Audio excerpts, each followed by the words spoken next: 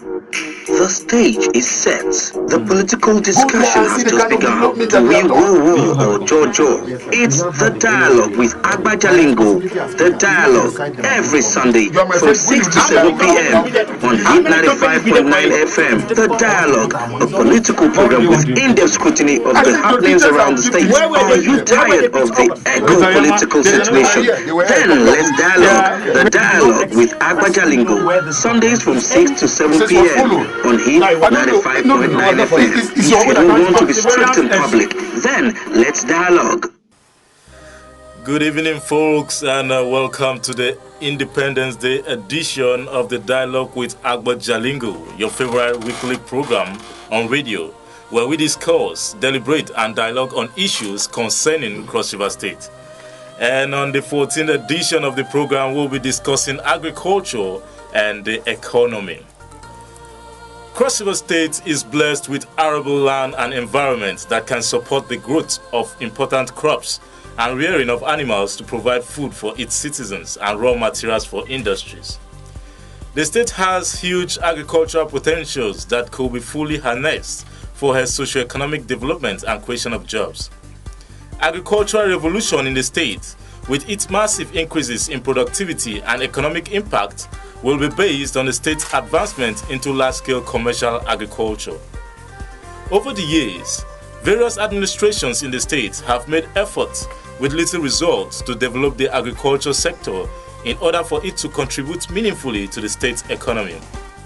The challenges of developing the agricultural sector in the state and that facing farmers are enormous.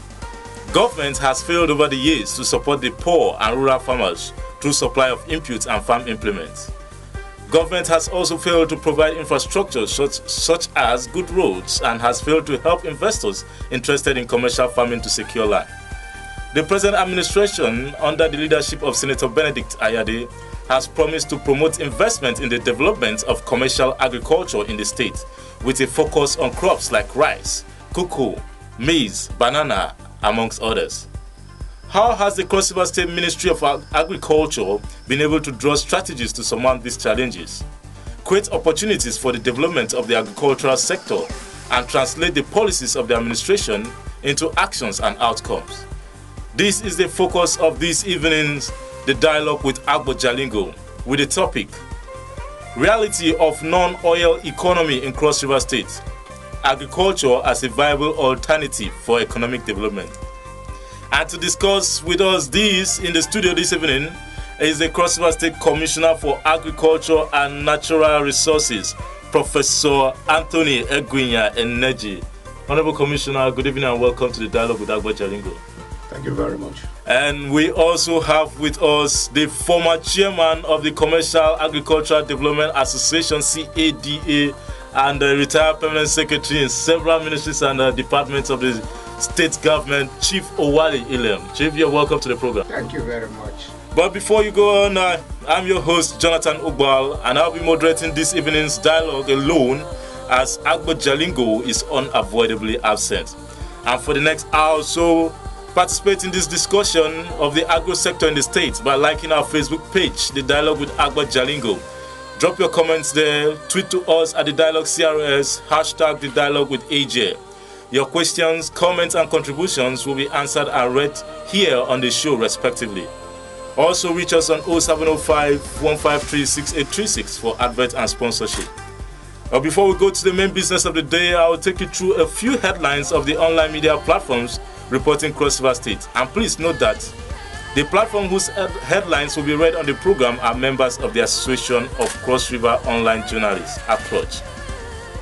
And first on the list, we'll take Kalitala plot sack of ministers of Niger Delta, Usani.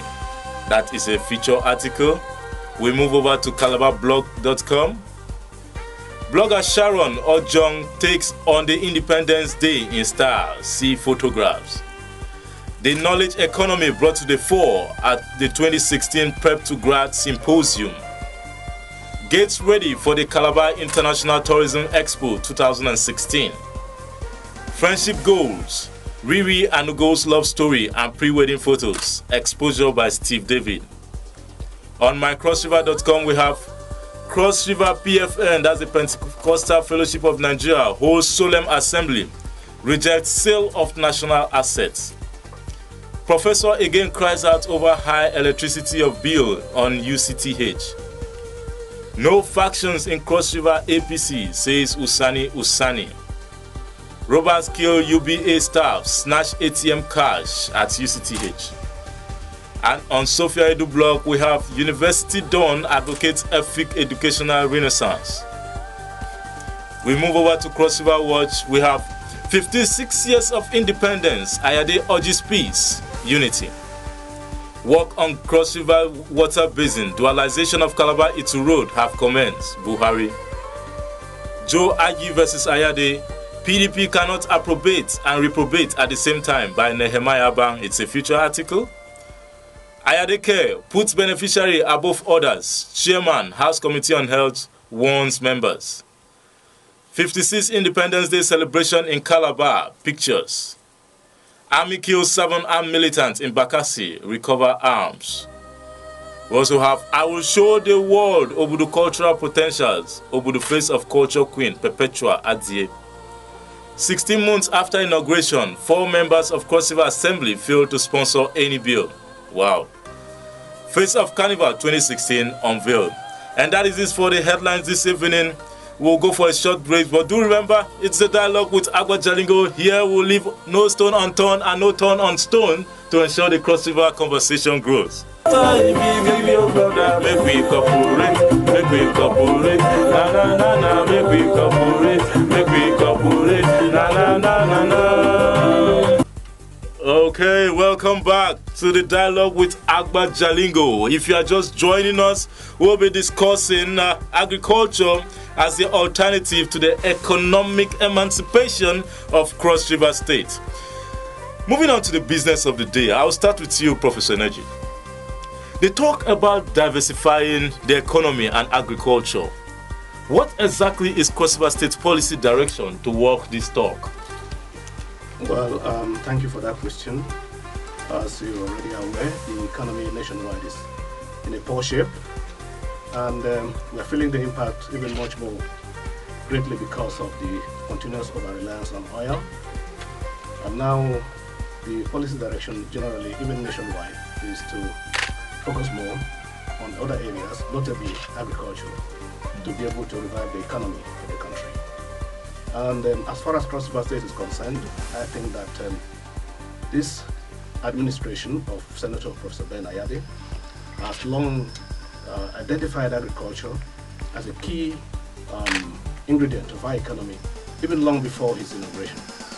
And so, even before the bite of the drop in oil prices coming, there was some sound policies in place, formulated, directed at expanding the scope of agricultural production in the state.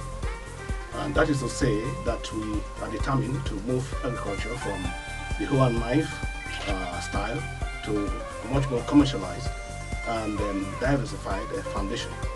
Diversified in the sense that we are talking not only of crops, but also livestock and fisheries. Okay, thank you very much, Professor.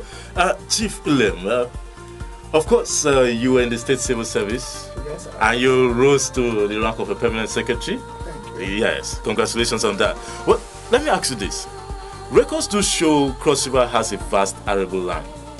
In your opinion, do you think the state has achieved its potentials in commercial and subsistence agriculture since independence or since the creation of the state?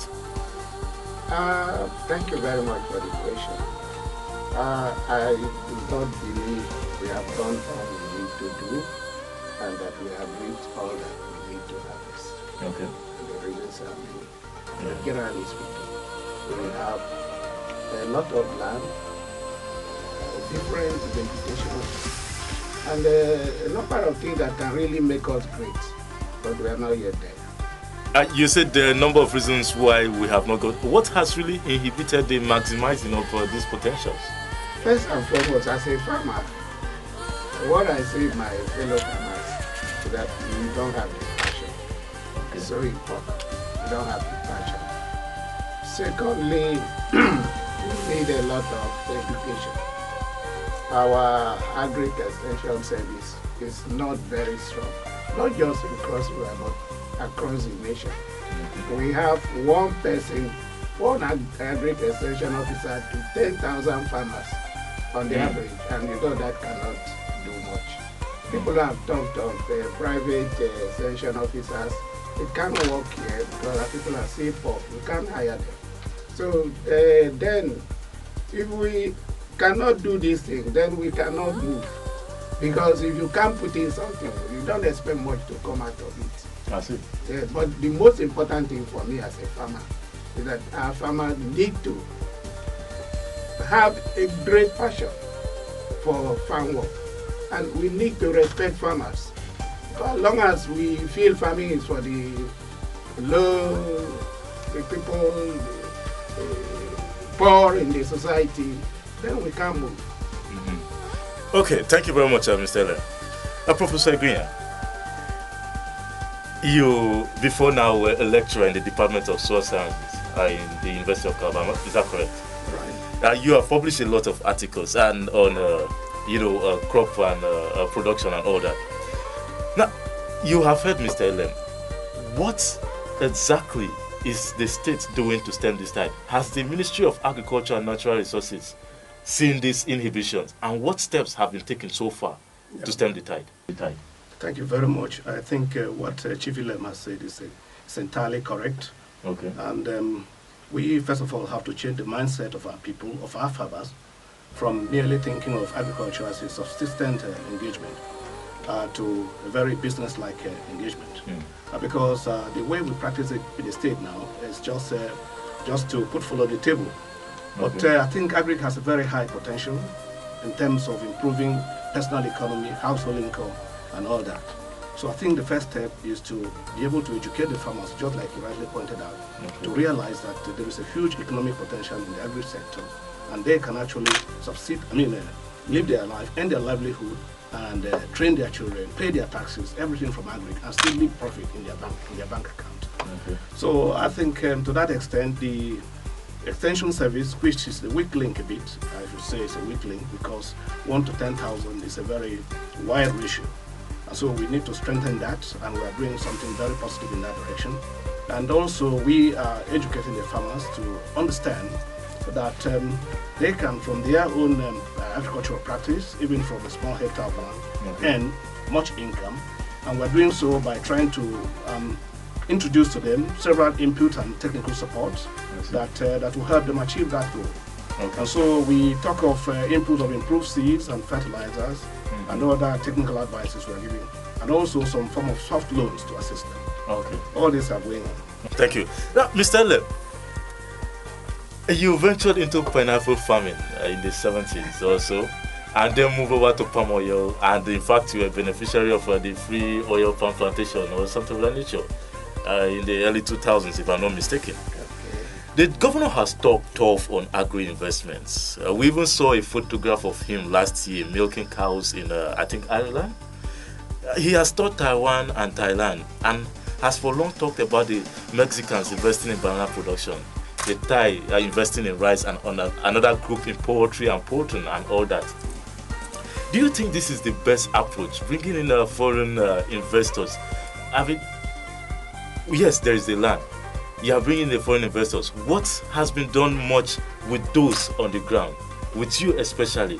Is it really the best approach? Well, thank you very much. First and foremost, I think that the crops we have here, if the farmers are helped to produce. First, the Honorable Commissioner have talked about improve seedlings, improve planting materials. We need them. But those things cannot perform the way they should unless the farmer is aware when to plant, how to fertilize, how to stop pests and other things from having them, and at what time and what ratio. That's why I'm talking of extension. We need very strong extension. And of course that goes with education. I continue to talk that farmers need to be educated. Because even when these inputs are supplied, The only area that people are excited is cash. It shouldn't be the way. So what we are doing now in the oil palm where I belong, we have an organization that is teaching us how to care for our farms and how they will improve their yield if we take the step they are teaching us. And that is very important to me and perhaps to other farmers. The yield for now is low, between maybe 7 to 10 metric tons per hectare per year. But others are doing 30, even 40 metric tons. So if you look at the difference, it's too much. So we will advise, it's not the size of your farm that matters, but how you care. If you have 1 hectare, you have 5 hectares, and you apply all the knowledge, all the technical things you should do, then you should be happier than somebody who had 20 and is not caring for it. Okay. One good thing about some of these crops, like my oil palm, they don't really care what you do. They will continue to produce. But at what yield? Will you make profit if they are yielding so low? Those are the area. That's why I'm emphasizing extension services and capacity building of our farmers. And of course, input supply. Okay. Farmers should learn to use what government is supplying. Some farmers are prepared to sell even when you give them maybe 2-3 bags of fertilizer. They prepare 5,000, which is not the cost of a bag of fertilizer, to using the 3 or 4 or 5 bags you give to them. Okay. I'm sorry, I have to say this about some of our farmers, but that is the truth. Okay, thank you very much, Chief Philip. Now, Mr. Commissioner, there is this talk about investors and investments. In fact, the governor has signed several MOUs. But there is this very fascinating project. He has been so passionate about rice production.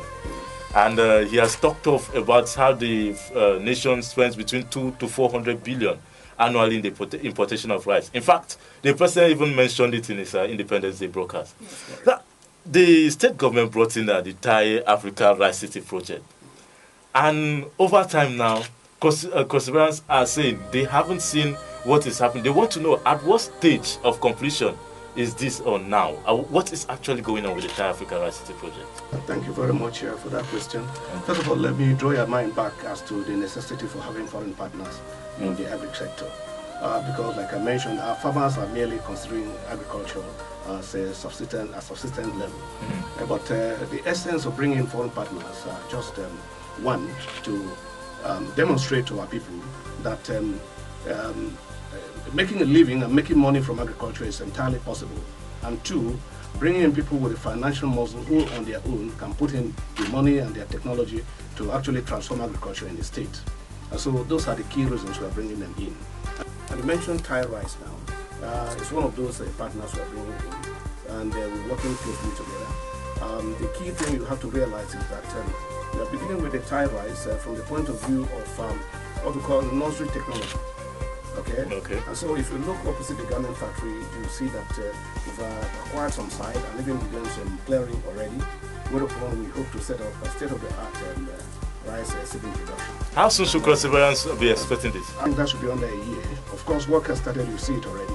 And apart from that, we have other partners in the rice sector, like Paul B. And if you're really aware, in July this year, we commissioned the Bansara Rice Farm, which we handed over to Paul B to manage. Okay. And they're on site as we speak. I can see Mr. Ilen wants to react to that. Okay. Not that really. What I'm trying to say here is that I will appeal to government. If they are bringing investors, let the investors be those who will work with farmers. I'm not very keen on having large acres or hectares of land being given exclusively to foreign investors. At the production level, the local farmers should be encouraged to do that. Investors should come in and do processing and perhaps export trade. A good point has raised there. There has been the talk about full value chain for all cash and animal, plant productions and all that. Is the state really focused on a full value chain approach? I mean, what steps have been taken? Because Crossriverans need to know about this. Okay. If agriculture is to be the mainstay of the economy. Yeah, thank you very much for that question. But let us realize that foreign investors coming in are not charitable organizations. They are for-profit organizations. And so they have to maximize their inputs of technology and money. and be able to make some profit. And we hope that essentially when you set up a processing, if they come in just starting with a processing plant, where of course the input of raw material is not sufficient to feed that plant, of course they can't make profit. And so they have to go back to the basic, the primary production. And then along the way, they are going to leave the primary production to the surrounding farmers, under the agro. Are farmers being carried along when these investors come in? Of course. And of course, you know that when farmers come in, when we sign MOUs with foreign partners, the key consideration is the immediate community. Okay. In terms of labor provision, unless there is no skilled qualified person within that community, then the foreign partners, under in terms of MOU, can hire from outside the immediate community or outside the state or outside the country. Everything is spelled out in the MOU. All right. Everything is done in the interest of our citizens. I see. Okay. Now, shortly we will be opening the phone lines, but before we do that, Mr. Lem, it's a fact that there have been and there are several programs initiated by government at all levels to boost, commercial agriculture. Some have complained about bureaucratic bottlenecks, like you just did. Others, transparency and all that. Now, as the former chairman of CADA, what should be done to make these processes easier and more effective? Well, what they can do, like what they have done now in CADP, Commercial Agri Development Project, is to first make room for those who will be involved, then interview them. If they are found to be worthy of the call, they train them, and then they now allow them to write their projects, and then they'll be supported. The important thing is not to make it completely open. Yes, I'm saying so because of what I have said earlier, that there must be people who are interested in doing farm work. You don't do it as a last resort. You need to grow or have a passion for farming. It may not be easy to identify people like that, but you need to start somewhere. That's my thinking. Okay. Now, Professor Neji, he mentioned the CADP project. Yeah. And we are very much aware that this program, the state government signed on to it back in 2011. That's correct, right? 2009. 2009. It had in 2009, and it's a 5-year something? 5-year tenure. It's still ongoing. It's still ongoing, and it's scheduled to end very soon. Maybe in November, but we hope for extension. You hope for extension. But there is this allegation that the governor is yet to sign the list of successful candidates for, the CADP program, and it will make the state lose close to about $30 million in funding. Can you just throw some light on that? Could anyone in his right senses believe our governor will do that kind of thing? Well, you're in the best position No, to tell us. It's just that. You call it allegation and just that. It's not correct. It's not correct. Yes, and I think that as we speak now, the first 100 batch in this commercial agri women and youth empowerment scheme are being mobilized as we speak, being supported financially, I mean. Okay. And the next 600 are due for training in a week or two. I see. So I think there is no hindrance whatsoever, and the governor has signed everything he needs to sign in this program. I'm a witness to what he said. Good to know that. Like we said, the listener is king in this program, and the phone lines are open now. You can reach us with your questions, contributions, and comments by dialing 07095944836, 07009594436. You can also call 080924444955. I call again 080924444955. We're also live on Skype. You can reach us on 234-813-458-5365. Or you add us by type in Dialogue with Agba Jalingo as one word on Facebook. Like our page, tweet to us at the Dialogue CRS, hashtag the Dialogue with AJ. There are complaints that information in Cross River State is hard to reach. How can someone, an investor, the phones are beeping, we'll take that call. But before, hello, good evening. Hello. Good evening. Tell us your name and where you're calling from, please. All right. So, make your questions or contributions. We'll go ahead.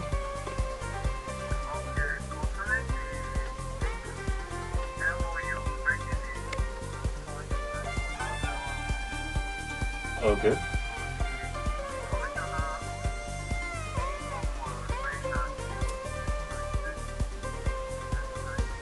Okay. Okay.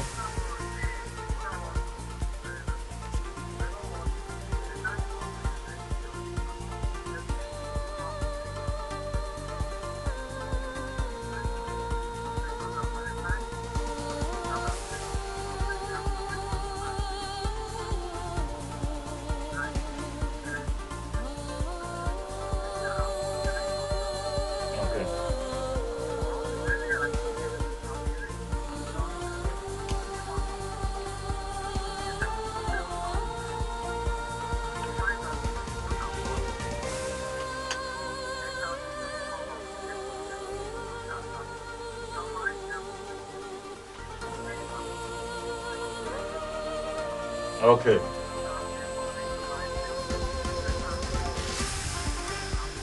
All right. Very well. All right. Thank you very much. All right. Thank you very much, Sandy from Calabar. He's talking about objectives being spelled out, information about investors and the MOUs being signed.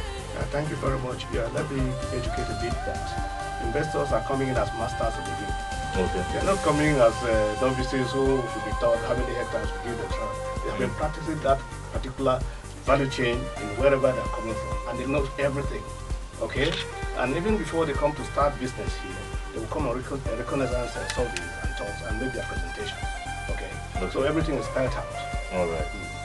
Okay, still moving on. This information of a thing. How can someone access information if he wants to invest in agriculture in Cross River State? People have complained that they don't get the information, and I think that is. Do you believe that with the volume of interest we receive every week, I think that cannot be entirely true. The information is available, and even by the electronic means or word of mouth or the appropriate government agencies in the state here, the Economic Planning Commission and several other areas. So there are many avenues for information dissemination. And from the volume of interest we receive on weekly or monthly basis, we are convinced that those channels are effective. All right, Mr. Lem, tell me, how do you think others who are not specifically into food production can benefit? I'm talking about people like artisans like welders and all that. Don't you think some of these machineries that we talk about importing can be produced or manufactured locally? Yes, I agree with you. But the problem we have, our people are never very patient. We have fabricators, even here in Calabar. We have them in Benin, we have them in Ikore, Benin. We have all these people, even at Ibadan. But the issue is, when you train them, they are in a hurry. They will not get to the specific thing you need. And by the time you start using it, you are not going to get what you want. It boils down to our quest for money at a very early stage. We are never very patient. Sorry, I'm overgeneralizing, but that is the truth. So if people will sit down, study what they have been taught, and take time to improve on what they are doing, we don't need to import. Let me say, we've had oil since the early 50s, the discovered oil. And up to date, we carry our crude oil, refine outside, and bring it back here. What is the problem? I was in Biafra, and they were using very crude machines to produce fuel, petrol, and we're buying, and we're moving around. So I don't know why Nigeria or the federal government cannot copy from that. Sorry, that's the way I feel. Okay, Professor Neji, what has the state and the Ministry of Agriculture and Natural Resources done to promote these people who fabricate such machines? Well, we will mainly be interested in fabricating agricultural machines and equipment. Of course. Recently, the fisheries group, I think people related to fisheries came to our ministry to demonstrate some of their newest technologies, making oven for drying the fish and for roasting it and all that. They looked a bit crude. We spoke with them and also pledged that we'll give them all the necessary support so that they can improve on the efficiency of the fabricated dryers. You know? And so we have special interest for that, and as I promised the fisheries group at that time, we still look forward to them coming up with new innovations, and we'll do all we can to support that kind of thing. You even mentioned the rice mill, for instance. We know that the locally fabricated mills are not very efficient, but we don't entirely dismiss them. We try to incorporate and use and encourage people to do that. There are a section of conservators who keep complaining that over the years they have seen the purchase of machines at the local government level, at the state government level, and the money they hear is quite humongous. Let me borrow the term of the governor. And apart from that, when you go online and you search for these machines, they are quite cheap. What has really stopped the states from going forward to purchase these machines in large number and distributing them across the state? I think maybe that was before. Okay. As far as this administration is concerned and the Ministry of Agriculture is concerned, you will not hear those kind of things. Because if we're determined to purchase any equipment, we know exactly where to get it and at the right price. So I think the issue of pricing any of those nasty stories will not naturally occur. Okay, Chepilem, you want to react? Yes, I'm just supporting what the Honorable Commissioner is saying. Okay. Because recently, or a year or two ago, we're buying a motorized harvester Okay. at very high price, almost 200,000, 300,000 per unit. And today, the federal government is selling even a superior one at about 86,900. So if somebody wants any machine, let him approach the ministry or either the state ministry or federal unit here. They will tell them where to get, and it will be at low cost, 50% subsidy. But don't we have, agri at the outlet for the Ministry of Agriculture outside, so that someone from Obudu will not journey all the way down to Calabar? Or is there a website here you would like to tell us so people can just log in and make contact? Across the state we have our extension agents distributed. Yes, but you did mention earlier in the program that they were in short supply. Exactly, but that does not mean that we don't have the issue of the local government. Okay. And what I've actually told them to do is that even in churches and hospitals, they should put their contact numbers there. Okay. So that if there is any problem, they can reach us very quickly. And I think they are doing that. All right. In addition, Okay. the federal government, if you visit their website, you get all the information. Even the new program they are having, the Green Alternative. Yes. You go into their website, you have all they are thinking of doing. All right. Don't forget, you can also reach us on Facebook by liking our Facebook page, The Dialogue with Agba Jalingo. Tweet to us at The Dialogue CRS with the hashtag The Dialogue with AJ. And also our phone lines are open. You can dial 0700925544859 to reach us. And of course, the conversation still continues. We'll make sure we leave no stone unturned and no turn on stone to ensure that the Cross River conversation continues to grow. Agriculture is the mainstay of the Cross River economy. That is what we are looking forward to project. And of course, like Kano Agabi once said during the Cross River Watershed Anniversary Lecture, that the forefathers of Cross River State looked at, or they envisaged, a Cross River State that is self-sufficient in food production, in financing, and all that. But is that what is happening today? Do you have a contrary opinion? Do you have a dissenting view? Make sure you reach us on 070-959-44836 and also 0809-2444-955. The conversation continues. Going back to you, Mr. Ele, you are in the pineapple business. Yes. So how is the business like? I mean, come to think of it, we rarely hear of that. Well, I was there. We had some problems. One, they were bringing in suckers. Okay. And these suckers probably spend so much time before they get to us. Okay. And then, when you stress a seedling, you stress it, it's not going to do very well. It was Donald Duke's program, and he was very interested in it. But again, we thought there was going to be a plant that will squeeze out a liquid and then process it for distribution. Again, I'm not sure there was anything like that. And eventually, the program didn't move forward. But there are still some people who are planting pineapple. Okay. All right. Now, shortly before we go over there, we have a comment on Facebook from Ezenwa Chukwebuka Emako. He says, I don't think that agriculture can be an alternative, mainly in Cross River. Though the state is potentially blessed agriculturally, the farmers are uneducated. Lack of qualified personnel and so on can contribute to the failure of agriculture, being an alternative to non-oil economy, basically in Cross River State. Now, Professor Nechi, this thing has been resonating over the years. Agriculture should be, the mainstay of the economy, not just in Cross River State, nationally. Can you give us specific timelines in the agro policy of the state, concerning what you intend to achieve in 6 months, in 1 year, in 4 years, in 20 years? I think that for agriculture to really reach the target we are talking about, it has to be entirely participatory.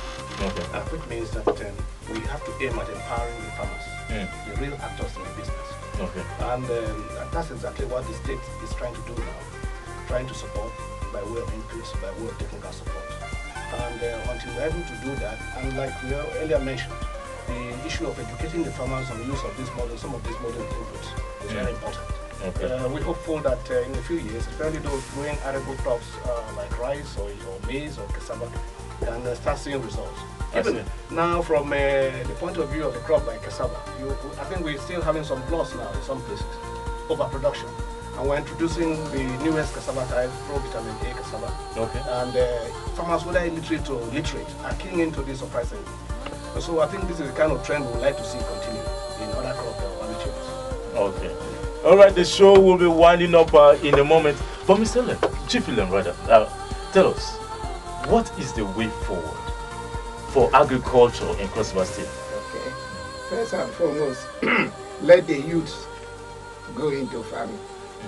There's something in it they can benefit. The elderly one like myself, we are moving gradually away from the farm. So I will continue to farm until the end. But there are not many young people going in there.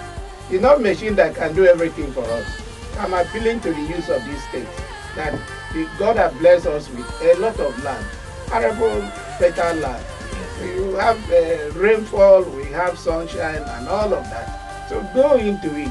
And as we improve on the essential services and education, this state will remain a very, very viable state. Okay. All right. Professor Naji, tell me this. In your own opinion, now I want you to remove the encumbrances of office and all that. Yeah, you're laughing. They cannot be. Okay, I see. So, tell me, what exactly do you think has been? We have talked about education, we have talked about the passion and all that. Apart from all that, technically, what has actually been lacking? We have seen a Malaysian group coming with oil palms, telling us that our own the oil palms are bringing in are oil palms they took from Cross River State back in the 70s and 80s, treated them and brought them back. What has really stopped Cross River State from having its own institute? We have two tertiary institutions in the state, the University of Calabar and the Cross River State University of Technology, which has a faculty of agriculture. And you lecture in one of these institutions, and you are a professor there. So tell me, what is that vital thing that you think should interest Cross Riverans to really go into agriculture?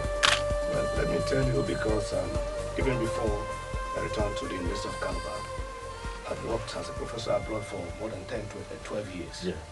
And let me tell you that as an agriculturist and agronomist, my research vote as a professor abroad, maybe it's more than about 5 faculties in the University of Calabar put together. And that's for me alone. And but here in Nigeria, there is no support for agricultural research. I'm sorry to say. You go to the faculties and laboratories are just eyesores. Under that circumstance, where do you bring the innovation? Because out there, universities create the innovation, and then industries where the farmers will commercialize it. And every year, just like we have fashions for our new clothes, new fashions come up, that is how new crops, new varieties are being developed, changing every few years. And each with high, increasing potentials for yield. You see that now? And so when we don't have that technical support, what do you really hope to achieve? Okay. You see? So it's a nationwide problem. It's not only limited to the state. Maybe it's an African problem. Okay? So it's not something we can solve in a year or two. Okay. But I think it's a holistic thing. We have to look at it holistically. And I'm passionate. I'm really determined to change the trend. All right, thank you. That was Professor Egrinya Eneji, the Commissioner for Agriculture. And we are rounding up the program now. We've come to the end of this episode. We thank our guest, Professor Anthony Egrinya Eneji, who is the Commissioner for Agriculture and Natural Resources in Cross River State. Thank you very much, Professor, for coming on the program. Thanks for having me. And we also have Chief Owali Ilem. He was a civil servant in the States, rose up to the rank of permanent secretary, retired, and all through this while he ventured into agriculture. Chief, you have to tell us why you took into agriculture when your colleagues civil servant, most of them did not. But that will be for another day. We thank you for appearing on the program today. Thank you very much. And we also thank the content providers, Giant Concepts, our media partners, CrossRiverWatch.com, Hit 95.9 FM Calabar, and CalabarBlog.com. We thank our executive producers, Charles Kalu and McDonald Ayangbe, our production assistants, Achibong Jeremiah and Ifeanyi Victor, camera operators, Oga Monde and Otobon Clement, our marketing manager, Emmanuel Ethem, our hospitality partners, Vanel Hotel, Kitchen and Bar. Visit Vanel Kitchen for your delicious meals. You also visit the bar and restaurant for your cool and fresh, refreshing drinks, and perhaps you might just chill this Sunday evening over there. Special appreciation to our aviation partners, also Air Peace. Your peace are good. Our listeners out there, you are always king on the program. And those who call live from Ikodansa we couldn't get, and also Sunday from Calabar, we thank you. Don't forget to like our Facebook page, The Dialogue with Agbo Jalingo. Find us on YouTube, The Dialogue with Agbo Jalingo TV. Listen to and download the podcast of this episode and other episodes on dialoguewitagbojalingo.podomatic.com. Tweet to us at The Dialogue CRS, hashtag The Dialogue with AJ. Call 0705-153-6836 for advert and sponsorship. Till next Sunday by 6 p.m., I'm Jonathan Uba. Thank you and bye for now.